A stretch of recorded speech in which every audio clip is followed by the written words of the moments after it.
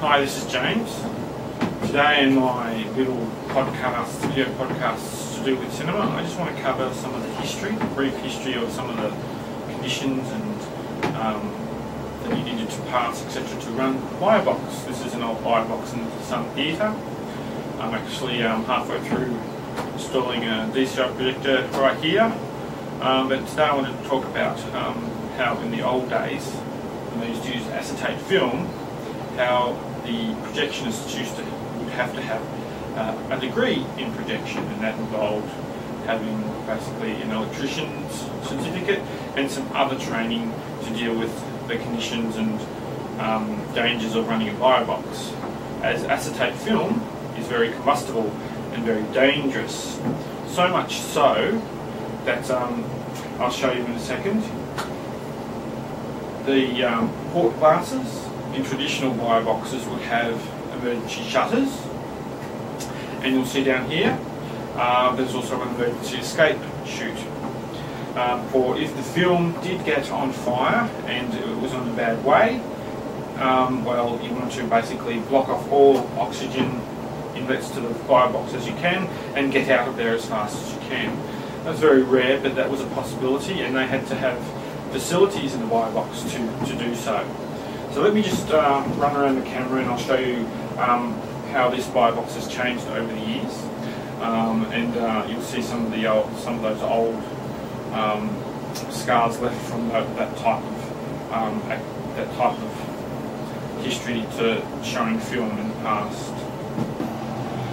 Firstly, let's have a look at the fact that these are new port glasses, but traditionally, as you may see with this port glass over here, I guess from another angle, the port glasses could be let go or have a hatch at the top, which they could pull a lever, and all the port glasses, as you would imagine, there'd be 2, 3 or more, due to the fact that you would always have 2 projectors and switching between them to close the port glasses and to make them airtight to stop the fire from spreading if it did get worse.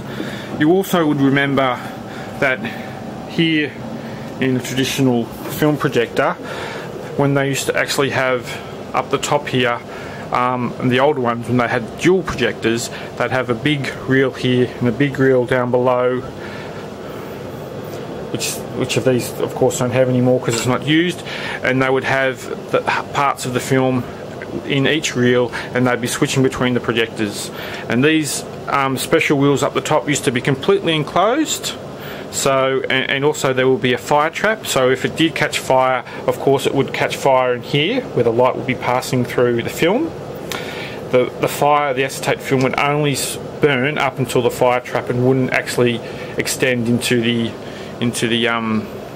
whole reel, which then you'd be in real trouble. And traditionally they would also have a bucket of sand placed down here just in case there was fire, and they'd be throw the sand over the top of anything that was burning just to make sure it put it out.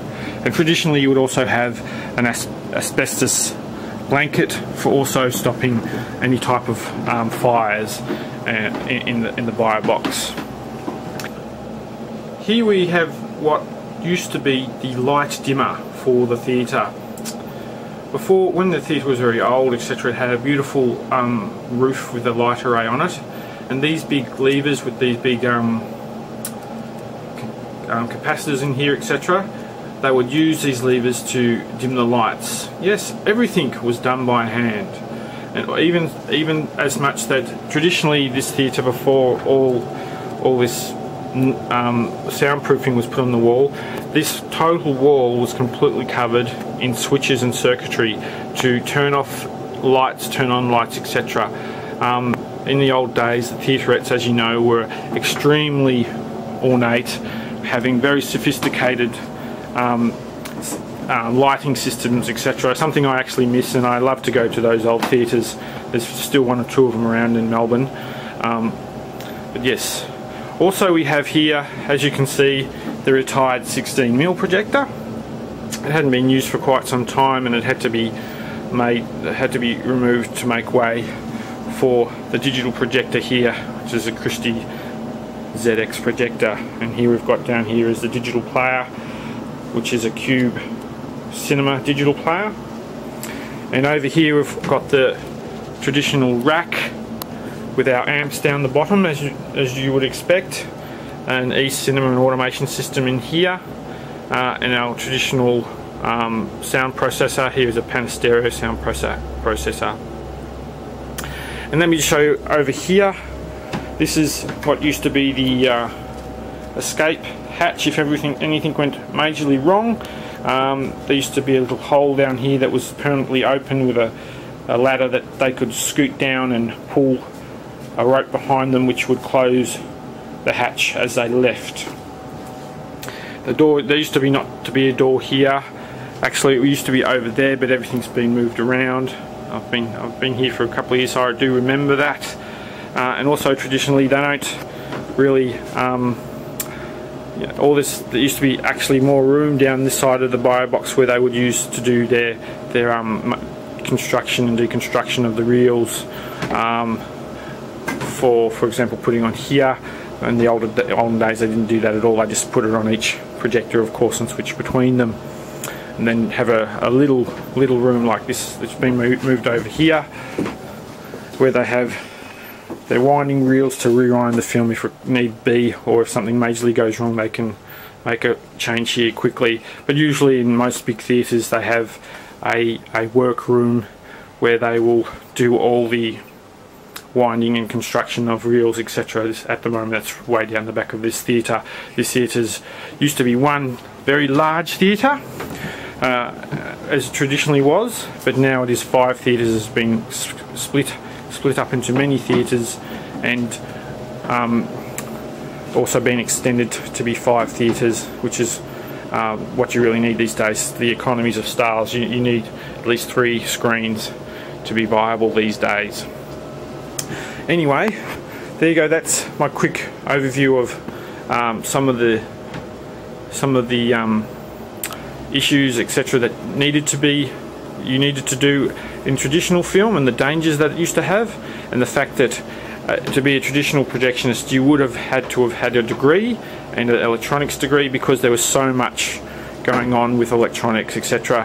As you can imagine, these old theatre projectors here have very large rectifiers, need very high amperage current, 3-phase power a lot of the time to actually get those xenon arc lamps going. Okay then, next I will probably cover more to do with installation of digital cinemas or DCI projection systems, and the in and outs and technical attributes of doing so, and what all these cables are for and what they're capable of, and the level of security involved, which is one of the very important parts of DCI. Thanks for listening. Bye.